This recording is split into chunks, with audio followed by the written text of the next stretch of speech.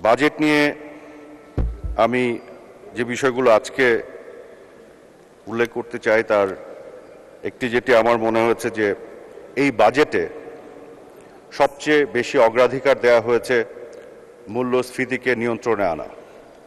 মাননীয় স্পিকার, আপনি জানেন যে কোভিড মহামারী এবং তারপরে গোটা বিশ্বজুড়ে যে যুদ্ধের বাস্তবতা তৈরি হয়েছে, ইউক্রেন রাশিয়া যুদ্ধ, এবং তার ফলে বিশ্বজুড়ে জ্বালানির মূল্যবৃদ্ধি এবং বিভিন্ন পণ্যের মূল্যবৃদ্ধির ফলে পুরো বিশ্বজুড়ে মূল্যস্ফীতির এক ধরনের চরম অবস্থা তৈরি হয়েছে, বাংলাদেশও তার বাইরে নেই। এবং মূল্যস্ফীতির কারণে সাধারণ জনগণের যে কষ্ট হচ্ছে সেই কষ্ট লাঘবের জন্যই মূল্যস্ফীতিকে সর্বোচ্চ অগ্রাধিকার দিয়ে আগামী 1 বছরের মধ্যে সেটিকে কমিয়ে আনার সকল প্রচেষ্টায় এবং তার প্রতিফলন এই বাজেটে আমরা দেখতে পাচ্ছি। এই বাজেটটি যে একটি সংকোচনমূলক বাজেট নেওয়া হয়েছে তা পরিষ্কার বোঝা যাচ্ছে। এই মূল্যস্ফীতিকে টার্গেট করে আমরা প্রত্যেকবার দেখেছি মাননীয় প্রধানমন্ত্রী জননেত্রী শেখ হাসিনার সরকারে আমলে আমরা দেখেছি যে প্রত্যেক বছর বাজেট 13 থেকে 14% হারে টোটাল বাজেটের অ্যামাউন্ট বাড়ে। এবার কিন্তু এটি বেড়েছে 6%। এটির কারণই হচ্ছে সঞ্চয়ের প্রতি অনেক বেশি ঝোঁক তৈরি করা এবং বিনিয়োগকে একটু টেনে ধরা যেন মূল্যস্ফীতিকে কমিয়ে আনা যায়। এবং যে কারণে আমি বলবো এটা একটি জনবান্ধব বাজেট। এবং এই যে সংকোচনমূলক যে নীতি যার প্রতিফলন এই বাজেটে আছে, তারপরেও আমরা দেখছি যে সামাজিক নিরাপত্তা খাতে সাধারণ মানুষের জীবনকে সহনীয় পর্যায়ে নিয়ে আসার জন্য সেখানে কিন্তু আবার বাজেট বৃদ্ধি করা হয়েছে, শিক্ষা খাতে বাজেট বৃদ্ধি করা হয়েছে এবং সাধারণ মানুষের জন্য বাজেটে সব ধরনের নিম্ন আয়ের মানুষের জন্য সব ধরনের ব্যবস্থা এখানে রাখা হয়েছে। একই সাথে আমরা দেখেছি এই বাজেটে যে প্রস্তাব করা হয়েছে, যাদের ইনকাম যত বেশি তাদের উপরে কিন্তু কর আরও বেশি করার প্রস্তাব করা হয়েছে এবং যাদের ইনকাম কম তাদের উপরে করের হার কমানোর প্রস্তাব করা হয়েছে বাজেটে।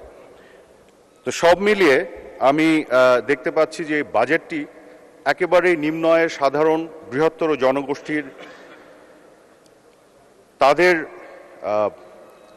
তাদের দুঃখ কষ্ট বা তাদের জীবনযাত্রায় একটা সহনীয় অবস্থা নিয়ে আসার বিষয়টি মাথায় রেখে বাজেটটি প্রস্তাব করা হয়েছে। মাননীয় স্পিকার, আমি বলতে চাই যে এই যে মূল্যস্ফীতির এই সমস্যা গোটা বিশ্বজুড়ে তৈরি হলো, বাংলাদেশেও হলো, অনেক সময় অনেকে প্রশ্ন করেন এটা কি যুদ্ধের জন্য বা কোভিডের জন্য বা এইসবের জন্য হলো না অন্য কোনো কারণে। আমি একটি ছোট্ট তথ্য দিতে চাই। 2021, 22 এবং 23 এই 3 বছরে শুধু জ্বালানি বাবদ জ্বালানি কেনার জন্য বাংলাদেশ সরকারকে সবসময় যে ব্যয় করতে হয় তার থেকে অতিরিক্ত $14.5 বিলিয়ন ব্যয় করতে হয়েছে। অর্থাৎ কোভিড যদি না হতো, পরবর্তীতে রাশিয়া এবং ইউক্রেন যুদ্ধ যদি না হতো, তাহলে জ্বালানির বাজার যদি স্থিতিশীল থাকতো তাহলে কিন্তু এই $14.5 বিলিয়ন বাংলাদেশ ব্যাংকের রিজার্ভে এখন থাকতো এবং তাহলে এই মুহূর্তে অনেক সমস্যায় কিন্তু আমাদের পড়তে হতো না। যে পরিমাণ টাকা আপনারা যদি পুরো স্ট্যাটিস্টিক্সে দেখেন সবসময় জ্বালানি কেনার জন্য ব্যয় করা হয়, তার চেয়ে অতিরিক্ত এই $14.5 বিলিয়ন ব্যয় করতে হয়েছে। ক্রুড অয়েলের দাম $62 ছিল, সেটি $120 পর্যন্ত উঠেছে, সেখান থেকে আবার কমেছে কিন্তু কমে $62 কখনোই আসেনি, কমে 110 হয়েছে, 100 হয়েছে, 90 হয়েছে, 72 এসেছে। অর্থাৎ বর্ধিত যে দাম সেইখান থেকে কমেছে কিন্তু আগের জায়গায় কখনোই আসেনি।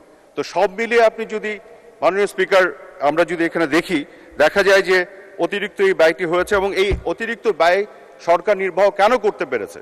কারণ কোভিড আসার আগ পর্যন্ত ধারাবাহিকভাবে যে উন্নয়ন হয়েছে, অর্থনীতিকে একটা শক্তিশালী অবস্থানে যে রাখা গেছে, যার ফলে এই দুর্যোগ দুর্বিপাকেও আমরা কিন্তু শক্ত হয়ে দাঁড়াতে পেরেছি।